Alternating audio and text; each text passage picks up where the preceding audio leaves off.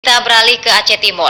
Saudara, persiapan yang dilakukan oleh para peserta tari kolosal yang berjumlah 200-an pemain dilakukan selama 30 hari untuk ditampilkan di pembukaan MTQ Aceh ke-33 tahun 2017 berbuah kecewa. Pantauan TVRI di lokasi arena pembukaan MTQ ke-33 Aceh di Aceh Timur. Para peserta senda tari kolosal yang telah hadir sejak pukul 22.15 waktu Indonesia bagian Barat sampai dengan selesai acara pembukaan MTQ mereka tidak dipanggil. Tidak lama berselang, usai penutupan MTQ ke-33 di Aceh Timur ini tak kunjung dipanggil oleh MC, sehingga dengan instruksi pelatih, para penari pun diminta untuk kembali ke tempat istirahat mereka. Kekecewaan para peserta tari sangat terlihat ketika mereka diminta untuk kembali ke tempat istirahat mereka.